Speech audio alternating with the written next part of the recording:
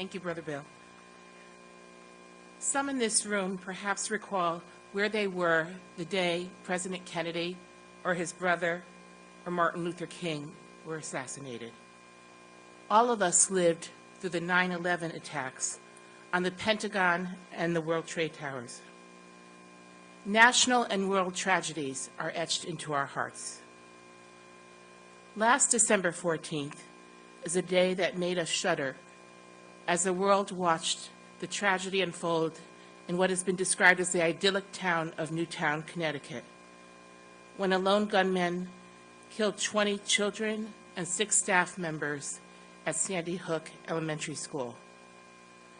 Beyond the obvious changes in school security that this tragedy started, there is much to be learned from the experience of the Newtown community. This morning you will hear from 3 leaders from St. Rose of Lima Parish and School in Newtown, the only Catholic parish in Newtown. On the day of the tragedy, they sprung into action. They continued to support the grieving families in phenomenal ways, and they continue to do so today and every day, especially as we approach the 1st anniversary. It is truly a privilege to serve in the same diocese as these 3 courageous leaders. I ask you to join me in welcoming Monsignor Bob Weiss, Pam Arsenal, and Mary Maloney.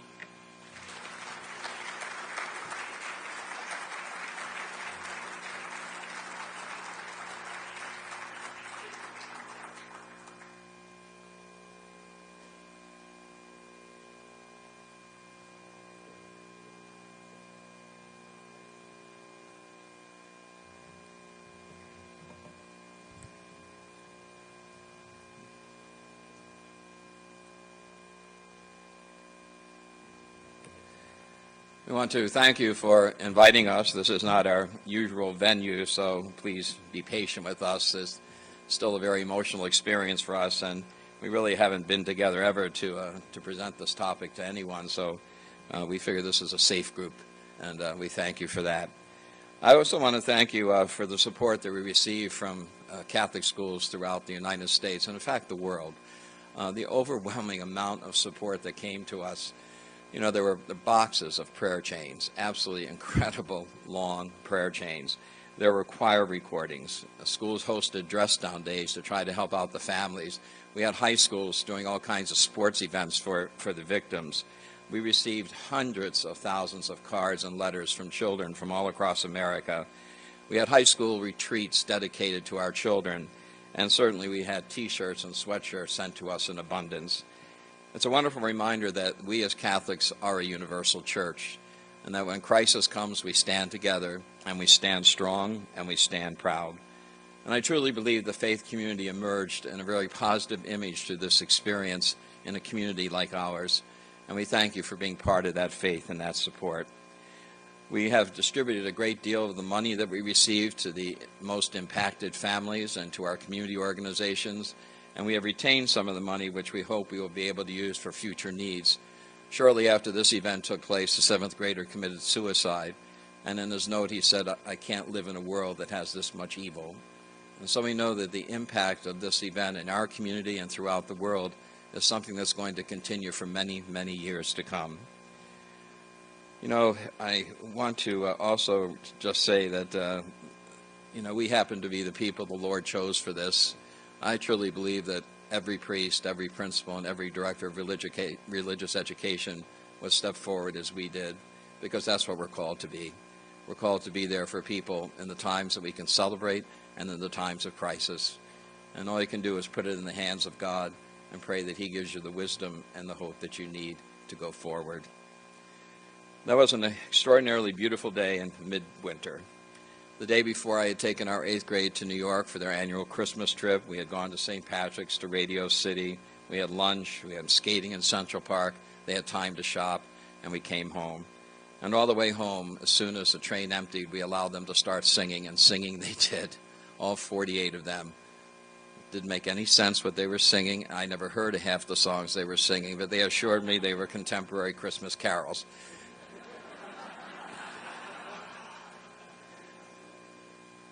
For me, it was going to be a Friday. It was going to be a free day. I had all planned out. I was going to wrap my gifts. I was going to start passing things out.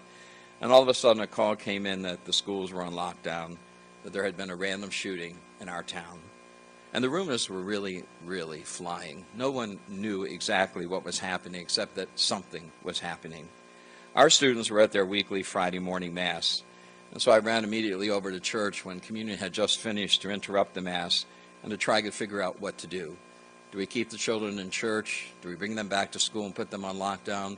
Or do we just pray? And then another call came from the property manager of the school, who called me on my cell phone and said, "You better get down here as soon as you can." And so I got both of my parochial vicars and we went. I ran immediately down the driveway to Sandy Hook School in the company of a state police officer. And I arrived at the front door of that school and I saw the glass shattered. And the officer said, "Father, would you want to go in and bless the children?" For some reason, I was held back from that. But I still can remember the sound of that broken glass under my feet. I hear that every night in my sleep. Here was a door of a place where there was so much laughter, so much goodness, so much happiness, now shattered. But not nearly as shattered as the hearts of our community, and especially broken as those families. It was like a war zone in a matter of moments. SWAT teams, state police, local police, firefighters, EMTs. I stood at the front door of that school and I just prayed, "God, lift us up. God, lift us up. Don't let it be as bad as we think it might be." I couldn't bring myself to go in, and so I went back to the firehouse where they were assembling the children. And I will say, of all the people there that day, the teachers were the real heroes.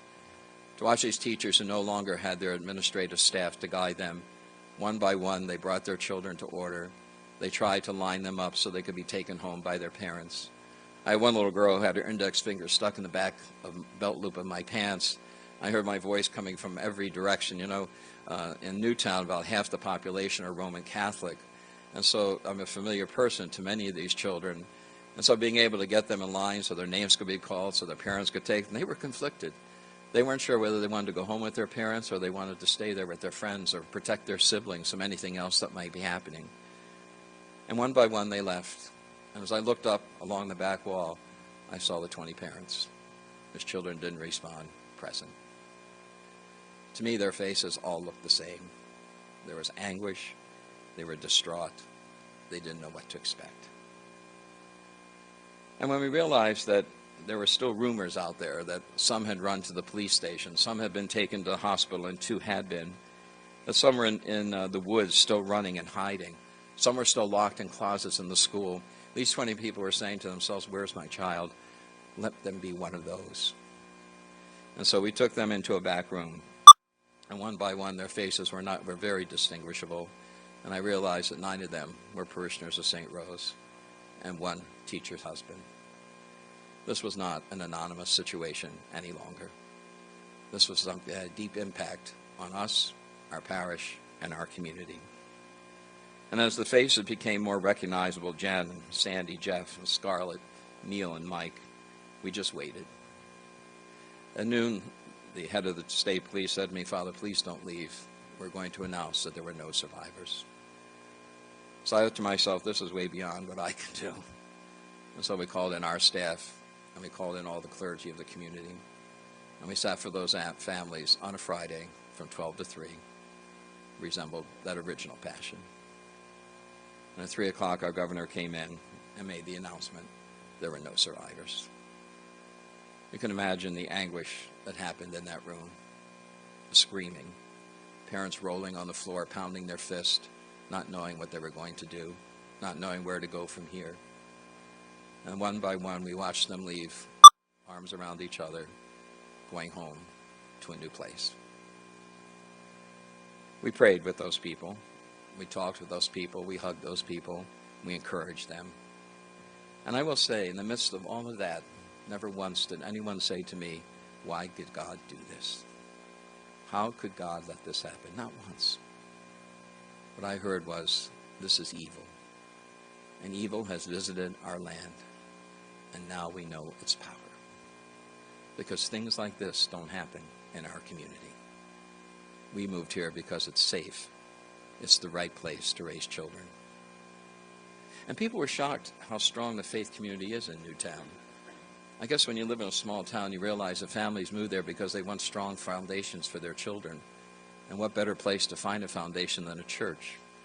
In our little community, we have 16 religions represented, with churches and with ministers and leaders. Everything from Baha'i to the Muslims to the Buddhists to the mainstream Protestant and Catholic and Jewish, all in one little town. And every Sunday or Saturday or Friday, those houses of worship are filled. It was shocking to the world. It was especially shocking to the media from urban areas. They just didn't know that experience. And so we left one by one. One husband stayed behind, and one father stayed behind. They weren't leaving until they could see for themselves that their loved one was gone. As we went from the firehouse, we were surrounded by reporters from all over the world. I had never had that experience before. I must admit it was rather frightening. They were coming at you from every side, asking hundreds of questions.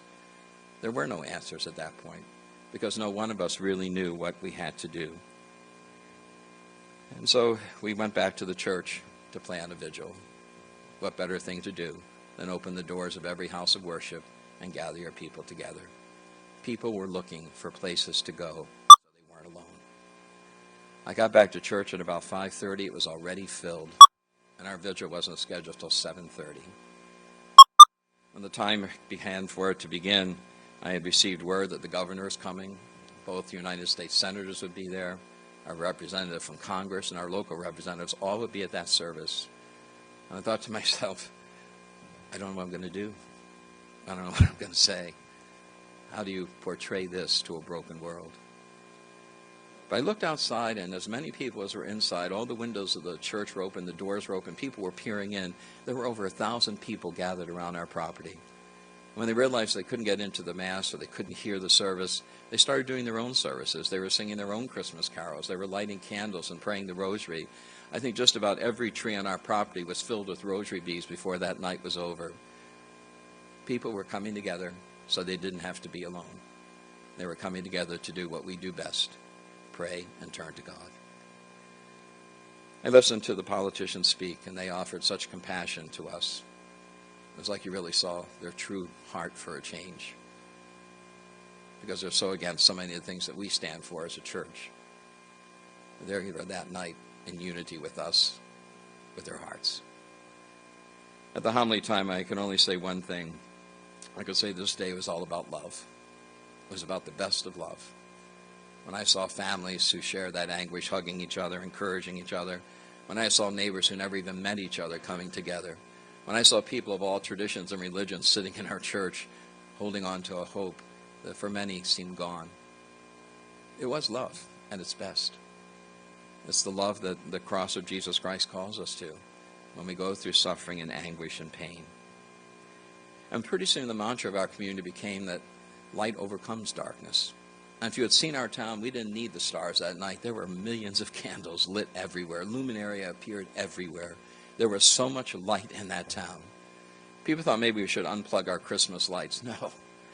If anything, we needed light in this darkness. And we knew that evil had visited us, but we also knew that good had overcome it. Those are the mantras we heard everywhere. Every banner, every poster in town had those kinds of sayings. After that Mass, I then went with the police to notify the families that their children were in fact lost. We showed them photographs of the child they had seen.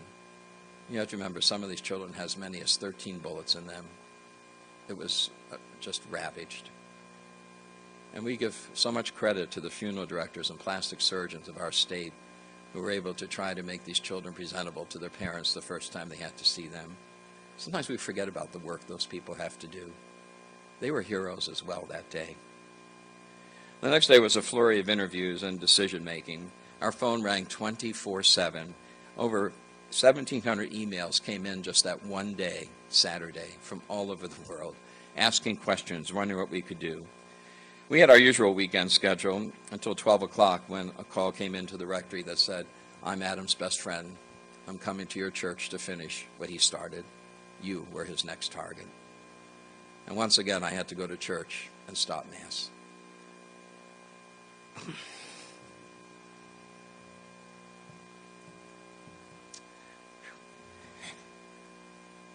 Sorry. You know, that's fun. You start saying to yourself, what's safe? Home invasions, school shootings, and now churches. What's safe for people? Where do you go? This was a real threat. I had to stand there and watch the SWAT team run through our church, watch dogs go through every building we had on the property day after day after day. What has happened to us? Where is all this violence coming from? We saw it face to face. Since then, we've had other threats as well. We've been the victim of hoaxes, one of which called and asked me if I would dig up one of the child's body, take a photograph, and send it to him to prove that that child really did die. Mental health is so neglected in this country. And so we decided to do what we do best and go back to praying. And that night we had our interfaith service. We were joined by President Obama. The next day we realized the funerals needed to be planned. And so we gathered our staff together and we went out 2 by 2 to the homes of each of the families. I put together a bit of an interview sheet so that I would have some homily material to try to make these funerals as personal as possible. You know, luckily it was the 3rd week of Advent, and most of these little girls love pink, so we justified that we could wear the pink vestments. Pretty much we did that all week, pink and purple, the 2 favorite colors, except for the one little boy who loved fire engines, but we decided red would be a little extreme. But we did everything we could to make those families celebrate the life of their child, and it was brutal. You know, watching basketballs coming up in the offertory procession, or American Girl dolls, or the Barbie car. It was brutal. It was brutal. And if it was that way for me, think of what it must have been for these families. 8 in a row in 5 days.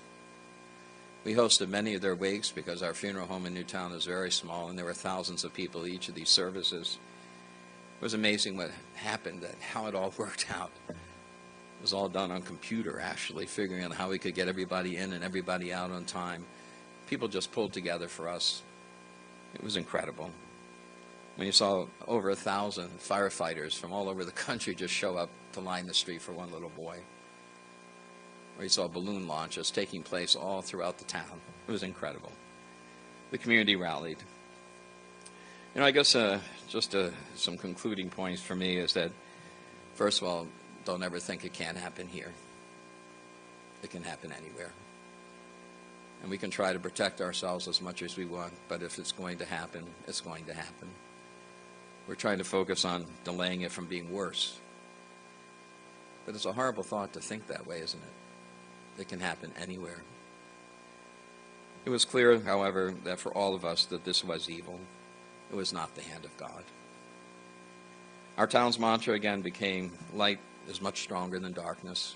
Choose the light. And as you know, our first selectman has asked that for this first anniversary that you stay home and do good things for your own community. We're taking care of each other. And we've received so much goodness, we've been overwhelmed by it. Bring that kindness home. Make a difference in the names of these victims for your own towns. You know, it's amazing in the shortest day of winter approaching that light remained lit for so many days as we saw our way through these difficulties. I also have come to know there's no such thing as coincidence. There's a plan for everything. About 3 years ago, our ministers in town, there was a huge transition, and we decided it was time to start getting together again and be an interfaith clergy. And so for 3 years, we brought ourselves together. We hosted Thanksgiving services and unity services. You know, that makes a difference. And I encourage you, if you're in a community, to reach out to each other and to find support wherever you can. That made a huge difference to see the rabbi and the imam walking up on the stage that night with their arm around each other. It gave a message to the world that we're all after the same thing. We want peace, we want justice, we want the best way to live. There is no such thing as coincidence. There is a plan. There is a plan for everything in our life. And as difficult as it is to accept at times, it's still part of the plan. Certainly our core values as a community emerged and were greatly strengthened. For us as a town, it's about faith, It's about family, and it's about friendship. I never saw it more powerfully demonstrated than in those days. But why wait to a day of tragedy to demonstrate that? We need to keep bringing those values forward in our lives, in our families' lives, and in our children's lives. This, to me, was the best pro-life message we could have given the world. You know, there's so many questions about guns. To me, we can have as much legislation as we want in the world, but until every one of us makes up our mind to respect life, every one of us, in every way, unless we choose to respect life, all the laws in the world are not going to help us. There is too much violence. There is too much hate. We see it played out day after day. We get immune to it. You know, we have the author of The Hunger Games that lives in our parish. I said to her, after watching this movie, I just see our youth so desensitized to violence. It's just become a way of life for them. She had no answer for that. She had no answer. Why do we do it? Why do we keep it in front of them? Mental health is so critical. We live in a town where a very large mental health institution was closed several years ago. Those people were let to go in the community to try to be mainstream, to make it on their own. They couldn't. We're neglecting such a huge population of our country who need help. And I know it's expensive, but if we put our priorities in the right place and we choose to do the right thing, we can't put a dollar value on that to bring someone back to health again. It's important to be a team, and I believe that's what our staff truly is. We work together. We share our core values. And I think that's why, in some ways, it went as easily, if it could ever be easy, for us as it did. And finally, you learn from the lives that were lost. You know, little Caroline, the Christmas before we were having our toy collection, she came to me with her piggy bank. She said, I want to give you this piggy bank. Go buy toys for the poor. Now we have a toy chest in honor of Caroline. We had Joey with nonverbal autism, who just brought absolute joy wherever she went. I remember seeing her sit in the cry room with her parents Sunday after Sunday with her iPad, and she would come out and she loved to touch our vestments. She loved the texture. She loved the color. She couldn't talk. She didn't have to. She had a huge heart that did all the talking for her. There was Katie. For some reason, butterflies loved her index finger. And she would go out in the backyard, and that butterfly would land on it and stay with her for hours. She taught us to respect nature and the beauty of creation. There was Gracie, who every morning was waiting for her bus by the picture window of her living room. Apparently one morning when there was condensation, she drew a heart in the window. 3 days later, after her funeral, her mother went to that window, the condensation reappeared, and there was the heart. There was Freddie, who when we said, you lost your sister, he said, no, I didn't lose a sister. I lost my best friend, because that's what brothers and sisters are supposed to be. And I think the ultimate one was when I went into the back room where one of the children was left overnight during their wake. I saw him sitting there reading a story to her. He said, because that's what I'd be doing for my own children if I were home. Being parents, being family, being community, loving. That's what they taught us. And those are lessons we have to learn. I'd like to introduce to you now our school principal, Mary Maloney.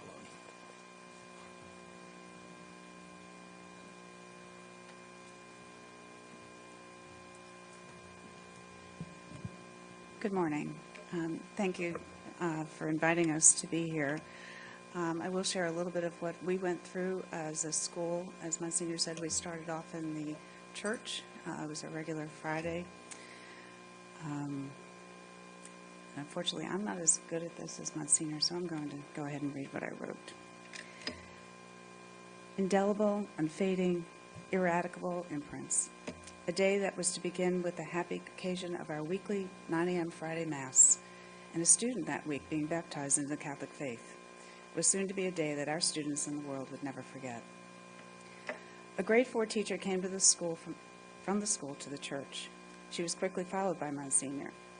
Phone calls were received that a lockdown was needed because there was a shooter in the streets of Sandy Hook. I remember looking at the faces of the grade 8 students as Monsignor Weiss went to the lectern and interrupted Mass. They were the most knowledgeable of the definitive nature of those words. As an administrator, there was a myriad of what-ifs and multiple decisions that had to be made.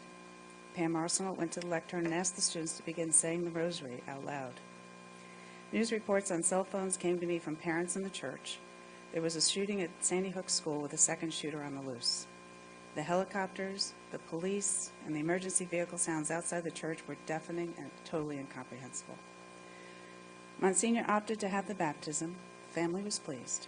The students and teachers were anxious, staring at me but happy to witness the sacrament. Time passed, and as news kept passing through cell phones, I made the decision to instruct the teachers to have the students go to the school building and go into immediate lockdown. My heart was beating and my prayers were fervent that as that decision was being made, a second shooter was not in our midst. Monsignor told me that he was headed to the site and would call me. To summarize what occurred from that point, students were in lockdown until noon, when we received word that the police had been chasing a van with suspects and that we can go into a soft lockdown, meaning students should remain in the classrooms, but movement within the building was permitted. Parents were in the building from church and assisted with delivering lunches to students in the elementary wing and to upper grade students in the gathering hall section of the main school building. Students in the pre-K building remained in lockdown simply because we failed to contact them. In the interim, there were a few calls from Monsignor Weiss to my cell phone, his voice quivering each time.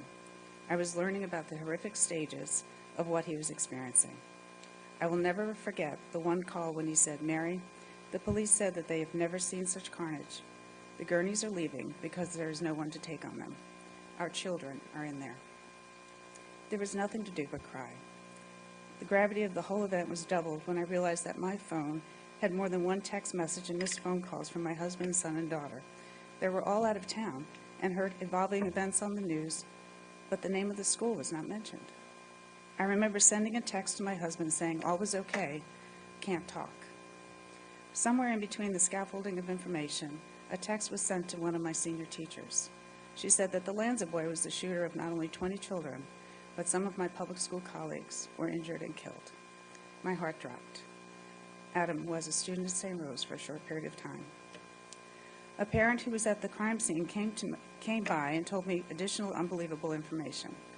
I approached Sister Thaddeus, our spiritual counselor, and asked her how strong she felt about going to be with Monsignor and families who were waiting to hear about loved ones. She was conflicted because she knew I needed her at the school, but realized that her ministry was better served at the Sandy Hook Firehouse. As lunches were being delivered, a threat within the church was revealed to a deacon.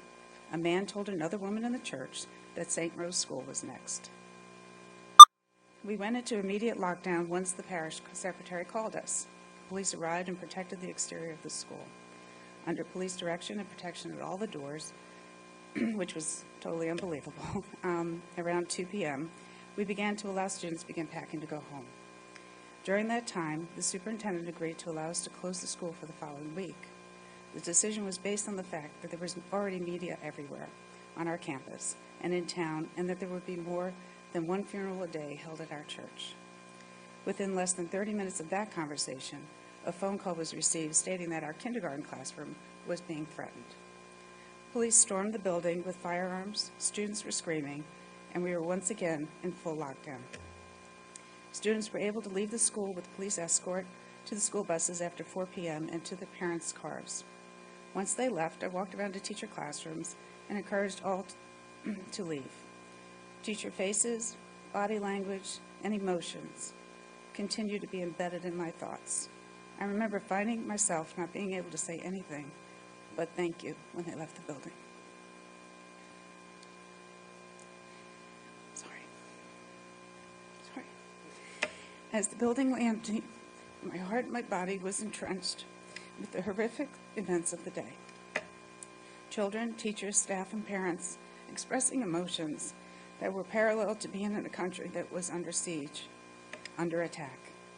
The building maintenance manager escorted me out of the building, and I headed to the church to say a prayer. It was then that I found out that Monsignor had arranged for a special mass to be held for the families at Sandy Hook School. Before I knew it, I was assisting with preparations and was assigned a reading. Words cannot fully express how that Mass strengthened our faith and love as a community. Phone calls, emails, and meetings continued over that weekend. It was agreed that I needed to have the teachers come back to the school on Monday. Catholic Charities in Danbury was instrumental in providing a crisis counseling forum for the teachers at the school that day. It was a very challenging time emotionally, but once again our faith brought us through the day. Teachers cried, asked a myriad of questions, and expressed their fears of returning back to school and feeling uncomfortable about being in the building and being strong for the children. It was agreed that the children needed to meet with the teachers before returning to the school after Christmas break. The local youth academy allowed us to use their space for a couple of hours. Students were able to meet with the counselors if needed, as well as simply play in an open gym and meet with the teachers. The music teacher brought some equipment to play music, and toward the end of the event, we all sang Christmas songs, and what would normally have been sung at our Mass before Christmas break, we sang the 12 Days of Christmas with Monsignor Weiss and Let There Be Peace. It was truly a time of healing. In tandem with assisting teachers and students with their grief, Monsignor called a meeting of the clergy, religious, me, Sister Thaddeus, and parish staff. He asked each of us to assist with planning the arrangements for 8 funerals. We went 2 by 2, as disciples of Jesus, to the homes of the grieving families, offering consolation and support. I felt that it was God calling me to assist those families, many who had their children attend our preschool, with a process that could be nothing less than traumatic. The conversations and witness to the parents' strength while delivering their child's eulogy will remain with me always. Returning back to the school with the teachers and the children in January was quiet. As much as we tried to move on, there were many emotions still on the surface. Our insurance company had provided a professional trauma counselor for teachers to assist them through the first few weeks, but the impact of the December 14th events were still too real. Teachers and students were afraid to go to church. Triggers were caused by different sounds of the day, including the engines and the fire engines and ambulances. A teacher cried at one point and shared that she wished she could wear her work shoes again, but felt she needed to wear shoes in order to be able to run. We were all functioning, but very changed. The children began breaking down in tears and were not able to do their schoolwork. Older students were becoming physical and tense with each other at odd times. Teachers were told by counselors to not offer any discussions about December 14th and to address questions simply as they arose. The school offices were tense because they felt very vulnerable to an intruder entering the building. It was clear to me that Sister Thaddeus and I could not manage and assist everyone involved in these situations. We learned much from that day's experience, and I definitely have a new lens on how to administer a school. We learned that our emergency protocols needed to include the church, that our lockdown communication procedures needed to be refined, that we needed to educate parents and partner with the parish about specific expectations of individuals during a lockdown, and we needed to improve the communication between the public school system and the police department and our school. In addition, teachers needed to be now trained at a higher level of emergency response situations. To address the many emotions that the teachers, staff, students, and parents were experiencing, Monsignor Weiss and I met with members of the Danbury Catholic Charities community again. They were able to provide grief counselors for parents, teachers, and children almost every day of the week through the end of the school year. They were incredible, particularly with the amount of students that they worked with during the school day. As time went on, the personal problems began to increase. It was evident that family issues were exacerbated by the events of December 14th.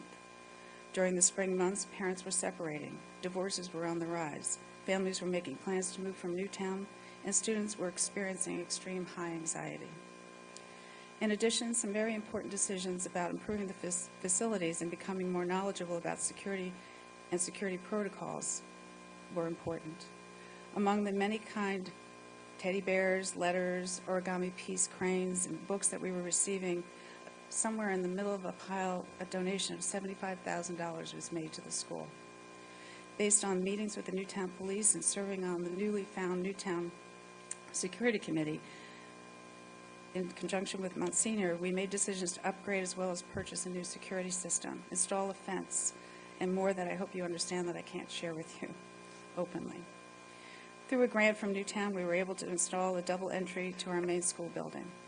Teachers have been FEMA trained, and that training continues. We've retained an assistant principal as well as a guidance counselor, both of whom have been instrumental in assisting me with the everyday management of student needs. We've introduced to the middle school a program called Naviance so that they can express themselves and set their own personal goals, and so that teachers can be aware of their issues and their problems and help them and guide them on a daily basis. We've conducted 2 student surveys that address student feelings as well as discover what students do not feel comfortable at school. We've established a school safe environments committee that consists of local police, teachers, and parents. The purpose of the committee is to maintain a continuous review of our facilities and safety procedures. We've had a security assessment performed by a professional security firm and are working with them to develop current and future plans. The events have certainly changed us as a school. Our focus with the students and teachers have been on hope, peace, and prayer. We have had a number of assemblies that support our Acts of Kindness program. Teachers are recognizing students for more often for their kind acts, hard work, and living their faith. We are a community that is strong and we are moving forward, but there have been some issues that still need to be faced. We are in conversations about retaining additional counselors these next few months to assist ongoing student concerns. There is a need to include additional teacher training for emergencies and working with students with emotional problems. Parents are in need of counseling services. And, as with any facility, funds are needed to further improve our facilities. We continue to look to the future by instilling hope and much love as possible within our buildings. We are grateful, more than grateful, every day to all those who have been assisting us through this process and for all of the prayers. As we continue on the path of recovery, we know that God's graces are with us. Thank you.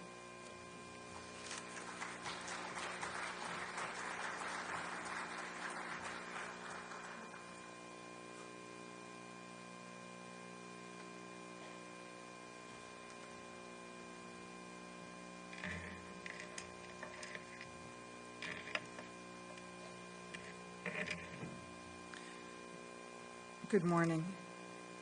Thank you for this opportunity to share our story of what I really believe is faith and hope and charity and what we've witnessed in the last few months. I've been a part of St. Rose Church community for 38 years. My husband and I settled in Newtown and we raised our children here, now our grandchildren. And St. Rose is my spiritual home, but it's also my physical home. I feel like I live there now. But there's no words to describe what it's meant to be a part of this entire process. It has been so tragic, but at times so uplifting to be with the people. Monsignor Bob called me on that morning. Actually, Mary's being very kind to me because when I was saying the Hail Marys at that Mass, she came up and she says, "Pam, it's a lockdown. We're supposed to be silent." And you know, sometimes just things just slip right out of your mind. I have taught at the school for years. I knew. And then I asked the children, our next 10 Hail Marys, just say silently, counting on their fingers. And they did. You know what's interesting? We didn't know at that time that there were 20 children, and yet we said 20 Hail Marys together. Father Bob called me when he was down at the firehouse, and he said, "Pam, I think you need to get here. There's many of your children in religious education that are still missing, and their families are here." And I can remember as I drove down to the firehouse, just praying and saying, oh God, please don't let this be as bad as they're saying. And if it is, please give us everything that we need. Please show your light in this darkness. And God has been so faithful to his word. He has been such a light during this dark time. We are, though, in the presence of incredible witnesses of faith. The parents, the families, the children who survived, their parents and families, what a witness they are to faith. The unimaginable happened to their children, and yet they have such trust and hope and love for God. And being with them is an incredible experience. They lead us, the grandparents, as well. I wanted to just focus on those three theological virtues, faith, hope, and charity, and how we saw them witnessed every day. And I guess before you can speak about those, you need to speak about grace. I remember learning in school, grace is God's self-communication. Grace is God talking to God. We know it when it's occurring. We know when somebody's speaking to us, and you can feel God's presence. I knew it in the firehouse when Monsignor Bob is there posting signs. Mass tonight, St. Rose, 7:30. You see grace.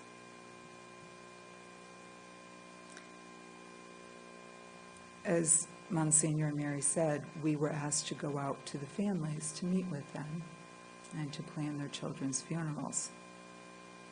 And that was, they would light up when they would talk about their children. And just sitting there and listening to their stories of their children, they would be laughing, they would be crying at the same time. But I remember one father in particular, because the mother of the child had said, "Don't expect my husband to join you in the funeral planning or to join us. He is just way too distraught. He is still in shock." And so I sat down with her and her mother and her in-laws. And the father comes bounding into the room and he says, "Pam, I have the reading. And this is the reading I want." His daughter was Joey, who, as Monsignor spoke about, was a child with autism, nonverbal, Mary spoke about. And this was the reading from St. Paul's letter to the Corinthians. "The Lord said to me, 'My grace is sufficient for you. For power is made perfect in weakness. I will rather boast most gladly of my weaknesses, in order that the power of Christ may dwell with me. Therefore, I am content with weaknesses, insults, hardships, persecutions, and constraints for the sake of Christ. For when I am weak, then I am strong." What a perfect reading, huh? It wasn't in any of our funeral reading books. And Monsignor had told us when we went out, he said, whatever they want. And what a wise thing to say. Whatever songs they want.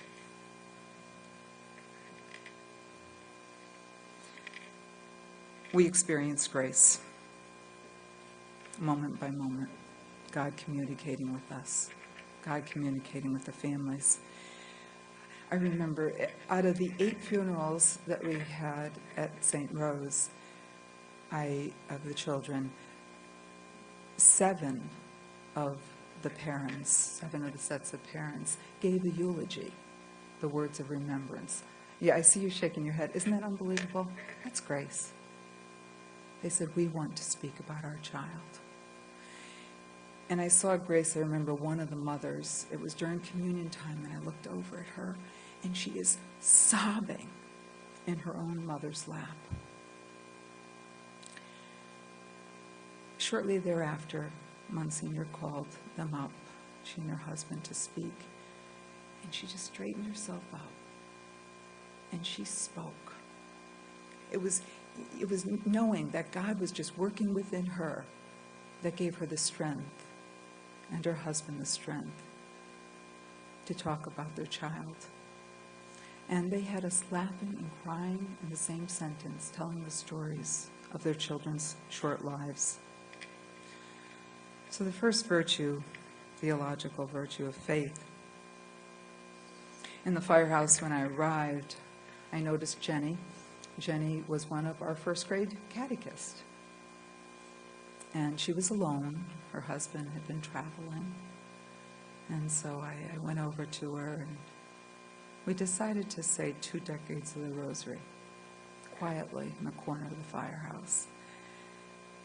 And at one point, Jenny looked up at me, and she said, "Catherine is fine. She is with God." She knew. She knew. And she said she knew because a peace flooded her heart and a calmness in knowing where Catherine was. I asked Jenny if she would speak at our end of the year catechist gathering in May, and she said yes. And she said this to her fellow catechist. She continued to teach, by the way, her first grade class. She said, "I know that God's light shines in my heart and gives me what I need to make it through the darkest of days. Despite my tear-clouded eyes, I will turn my face to the sky and I will see his light. Despite the noise of this world, I will hear his whisper on my heart. He has shown me that trusting in his quiet nudges will be all that I need. I pray that you, my fellow catechist, will have that same peace and assurance that God will calm your soul. I pray that you will lift up your chin and be soaked in the love of our God." This is faith, the assurance of things that we hope for.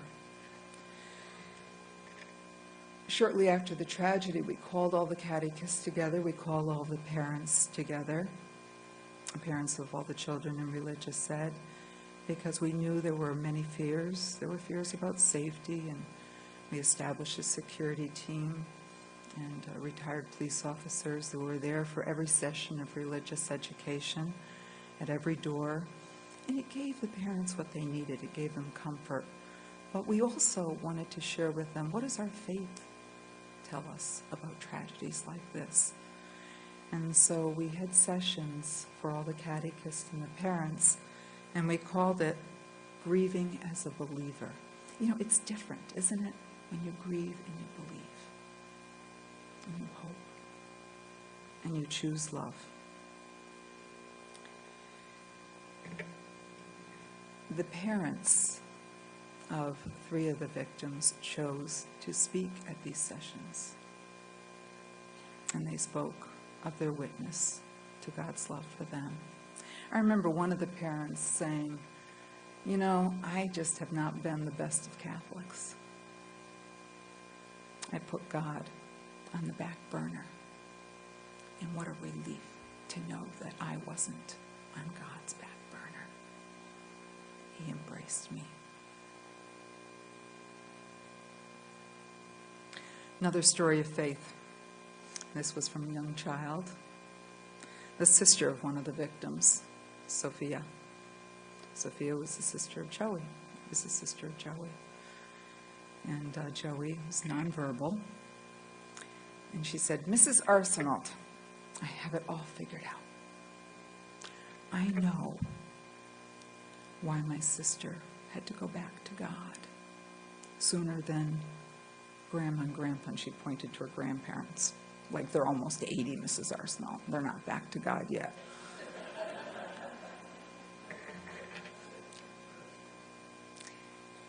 And I said, "Well, help me to understand." And she says, "Joey was God's secret undercover angel." Yeah, don't you love that?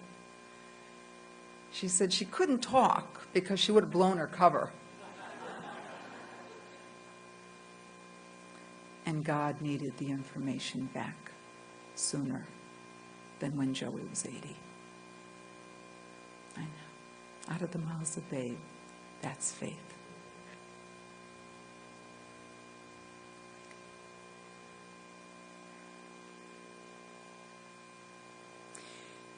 During those times, we didn't have much time, all three of us, or any of the staff members, to even really think or process. You know, there wasn't any manual, there wasn't any book to go by and say, do this, do this, do this. There wasn't. We had to depend totally on the grace of God. There was nothing else. But it was amazing. As Monsignor said, sometimes we had receptions for the families after the funerals. Somebody would show up at the door and say, I'll plan that reception. I'll do all the work. And God's grace just carried us through every moment, for every need. God would speak to somebody's heart and somebody would respond. The second theological virtue, hope. We learned as a team to respect where everyone was in their own personal spiritual life during this time. No judgments, just listen. People were hurting. The survivors, can you imagine having witnessed what they witnessed? Our teachers, we have we have about 1,400 children in religious ed, but we try to keep our classes to 12 children, so the children all have time to talk in class and share their faith, share their stories. And it was a challenge because, like in one of the classes, 3 children had died. It's a gaping hole. And the teachers were concerned. There was hope.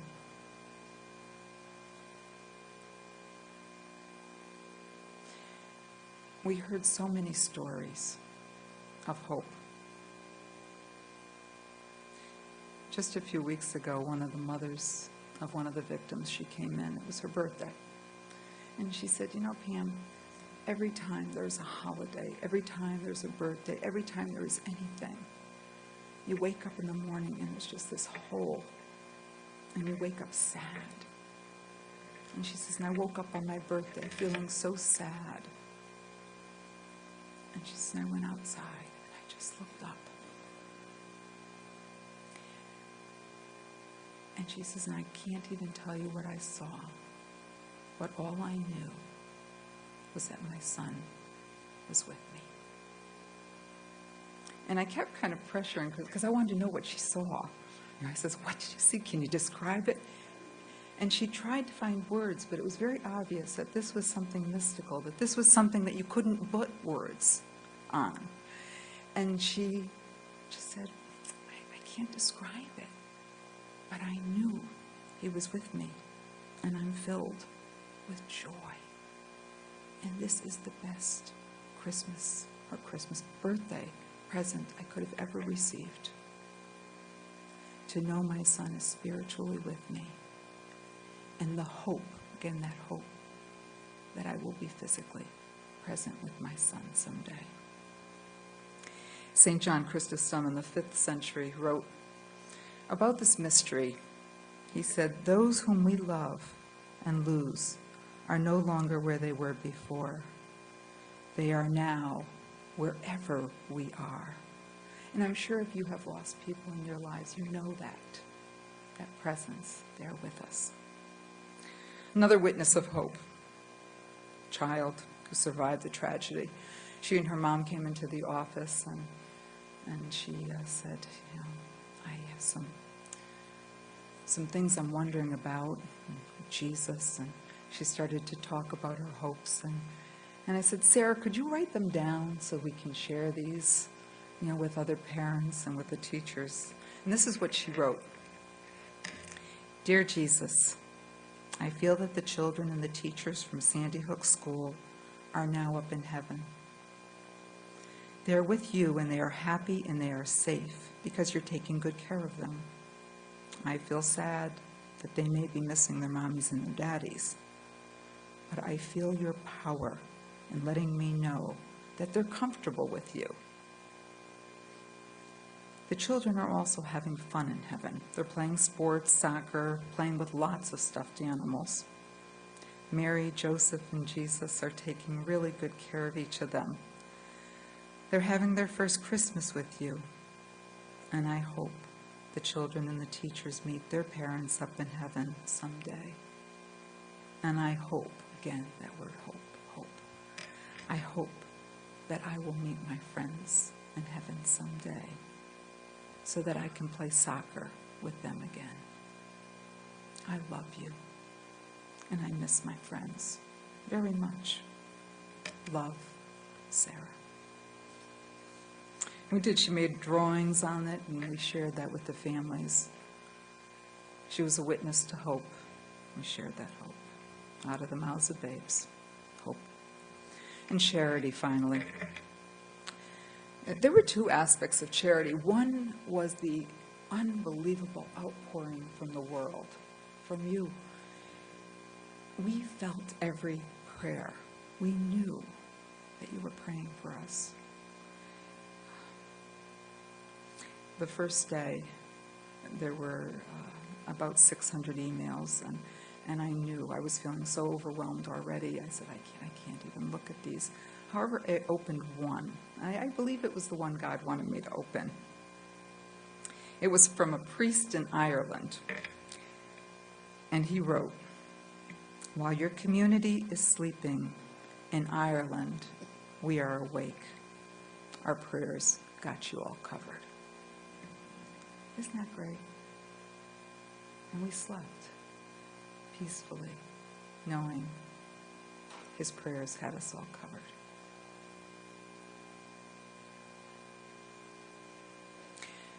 There was an overwhelming desire in the world to share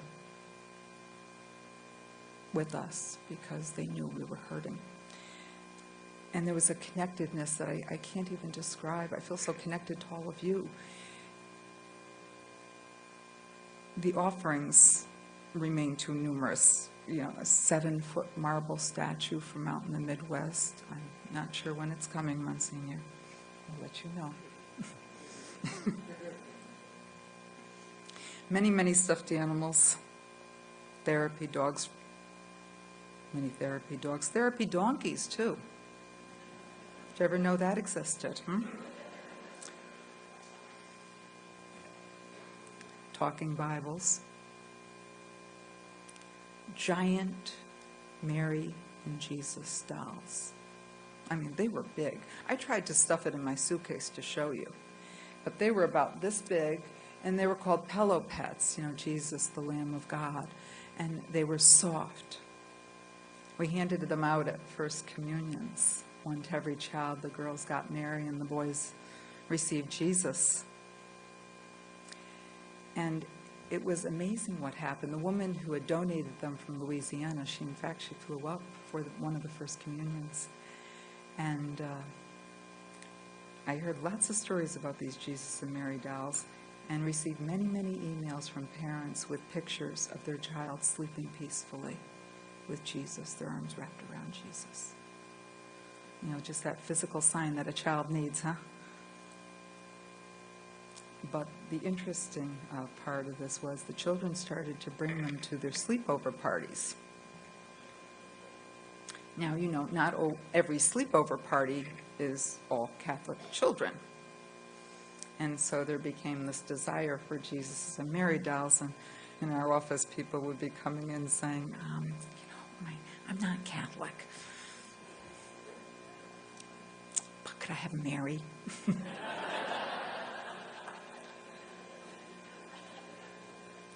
You know, who would know these children would be evangelizing, huh? With their Jesus and their Mary dolls. There was a retired police officer from New York City, came the Monday right after the tragedy. He said his pastor had called him and asked him to bring this huge, huge statue of Mary. And he said, so he brought it home, and he knew he would come to Newtown the next morning. And he said, but I have to tell you an amazing story. He said, I went to sleep, and I had a dream that all of those babies were wrapped up in Mary's arms. And I knew I had to get the statue to St. Rose as soon as possible. Those babies are with their mother, Mary. Another story of charity.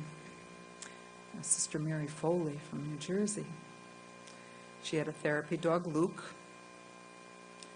and she called and she said, Luke and I would like to come. I believe they spent a lot of time at the school too, Marianne. And she said, on weekdays after I finish at school in New Jersey, mind you, I will drive up for religious ed classes. What a generous heart, the charity, the love. I remember one day a mother had come to me. She said, my child is a survivor, and I can't get her to go back to church. She doesn't want to go back to church.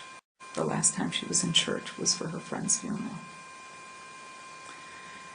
And she doesn't even want to come to class. She won't participate anymore. And I said, does she like dogs? And she said she loves animals. It's okay. Sister Mary Foley met with her on her religious ed day.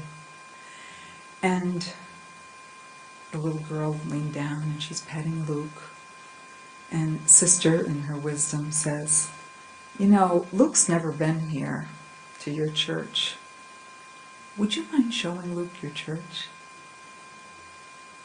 That's grace, huh? And the child went to the church and showed Luke all around the church. What was a negative trigger turned into a positive one. And then she took Luke over by the candles, and Sister Mary said, is there something that you want to talk to Luke about privately? Yes. And Sister Luke, oh my goodness, Sister Mary walked away from Luke and the child, held on to the leash though, and she said, I just watched as that child spoke into Luke's ear. Grace and charity. Thank you, Sister Mary. In fact, she belongs to Therapy Dogs International, and we just opened one in Newtown.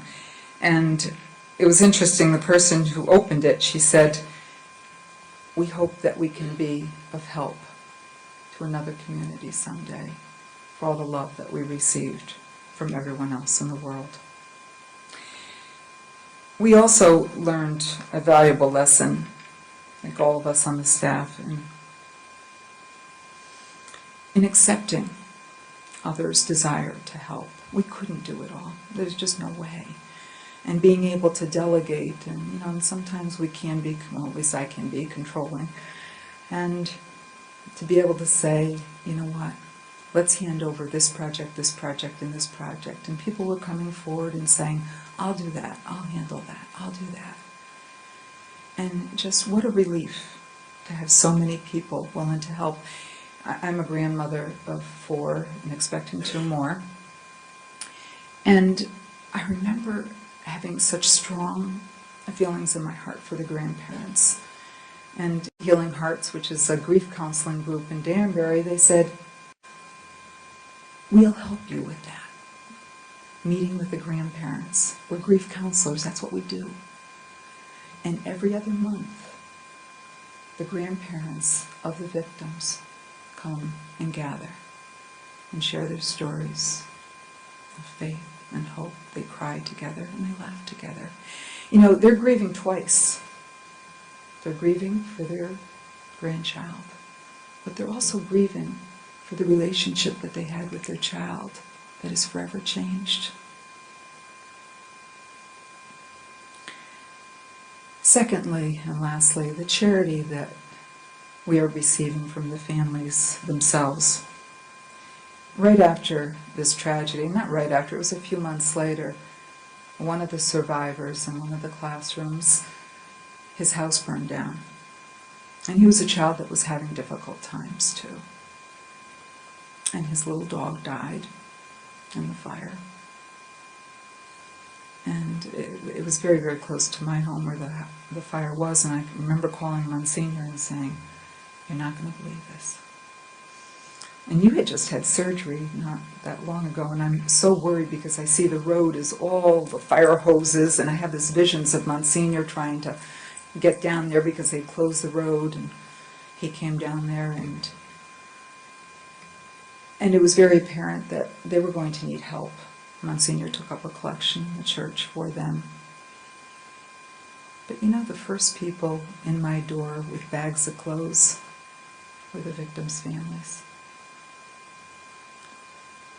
One of the women said to me, "My mother taught me to serve is to heal." Isn't that amazing? They came out of themselves to help somebody else in need. And in that surrender of self, they found healing. They found purpose. 3 of the women are on our women's retreat team. 3 of the mothers of the children are on our women's retreat team. Again, just powerful witnesses to the power of God, giving all glory to God. And they are powerful witnesses. These children are pure.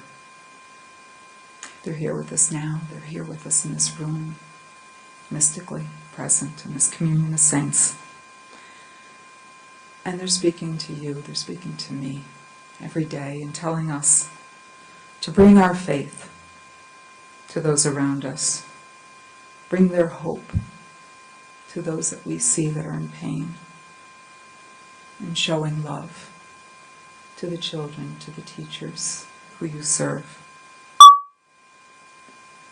One parent wrote, "Look for the blessings. We have a choice to make every day in every circumstance. We can either choose to dwell on the negative, or we can look for the good.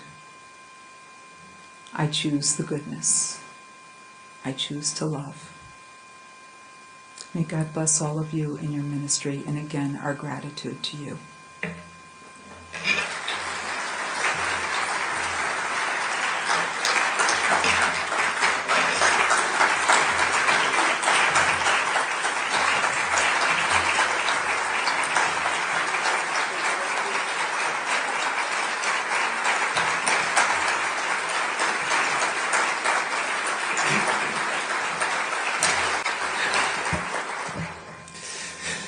You know, people, the most popularly asked question now is, how's everyone doing? And every day it's very different, as you can imagine. I think for us, we're beyond tired. We're into the weary stage. And just knowing that so many people continue to lift us up in prayer and in good thought. You know, it's something that at times you think, like, this never really happened. This couldn't have happened. It's just unreal. And then you walk into CVS or you walk into the Grand Union, or dating myself, the Big Y, Caralucci's, yeah. And you're still getting a hug. You know, you stand in line to Starbucks, somebody's still buying you a coffee. You go to Dunkin' Donuts, they're still giving you a donut. If you're a real Newtowner, you're a Newtowner, and people know that, and they know where our hearts are. So we're all in very different places, and we've gone to some ugly places with the gun control issue, with the distribution of funds, but we've got to many more beautiful places, and these families are an incredible witness. And I hope that you realize, as broken as they are, they still find a reason to get up every day. And that's what gives us the strength to get up every day as well. So we thank you for inviting us. This has certainly been the first time we've done this. And I'm so proud of my staff, because I think what they present to the community is a real witness of faith, not by what they say, because we can all talk, but it's by the way they live their lives. And that is what's lifting this whole community up even to this very moment. So we'll be happy to take some questions, but I don't, if you have a question, okay.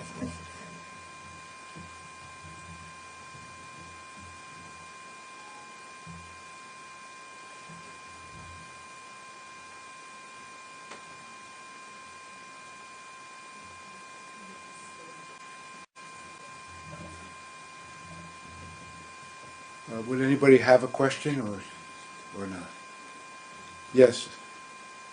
Jean? Okay.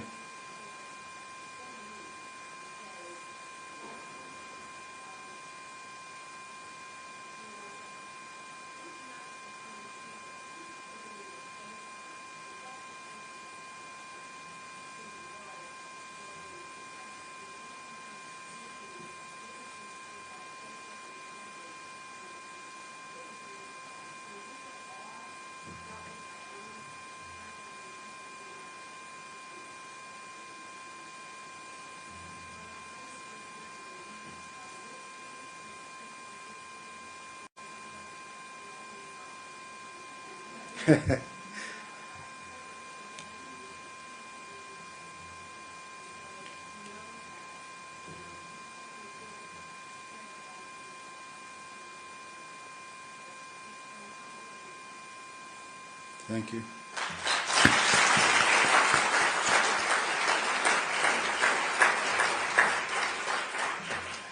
I can't see who it is, but, okay, Glenn.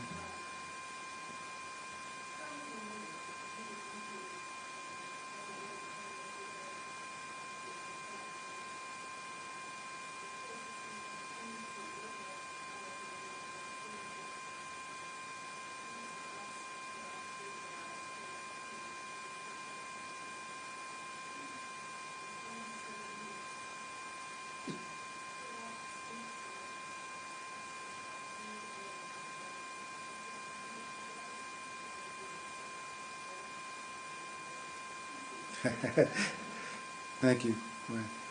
Yes.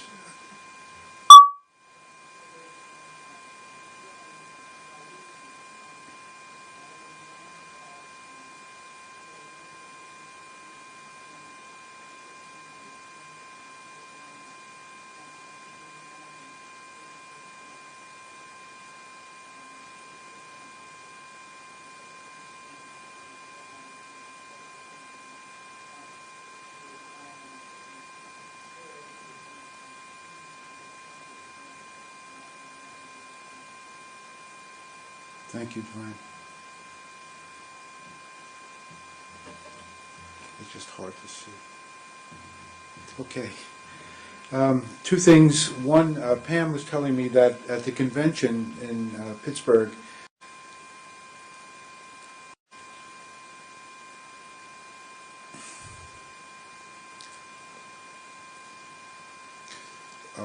two of the parents are going to be speaking about their experience of Sandy Hook, and I don't know when that's going to be exactly. I don't think that's planned to the day yet, but so maybe if some of your teachers are coming to the convention, they may want to, or your parents, they may want to come and listen.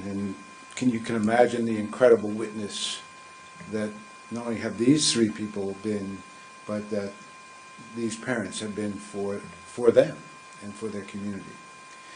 Secondly, we have videotaped this presentation this morning. I don't quite know how we're going, what formats we need to do to get this to people who may want it. So for those of you who are CACE members, at some point, and so this will give you a chance to read the monthly newsletter. If you, a little plug, so at some point we'll put in there how we will work to make this available to people. I just don't know what that's going to be yet because I don't know all the technical part of it.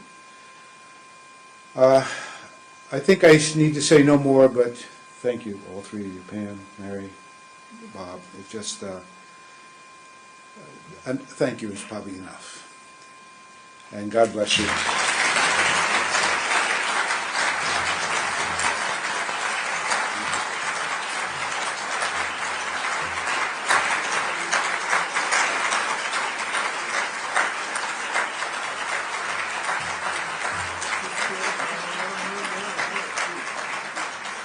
We want to congratulate Sister Mary Grace, who we understand while we're here was announced to be our superintendent of schools, and we're very happy about that.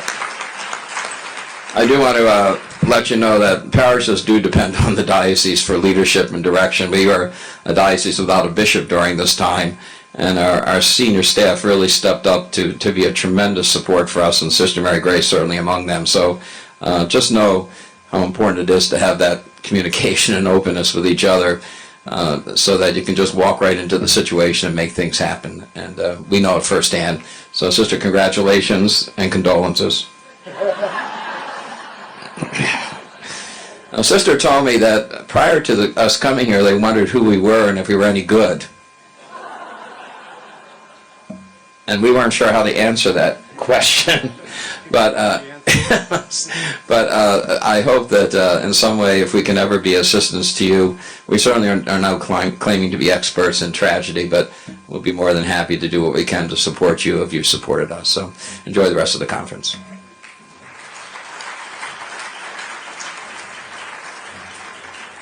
Thank you, and see you later in the day then.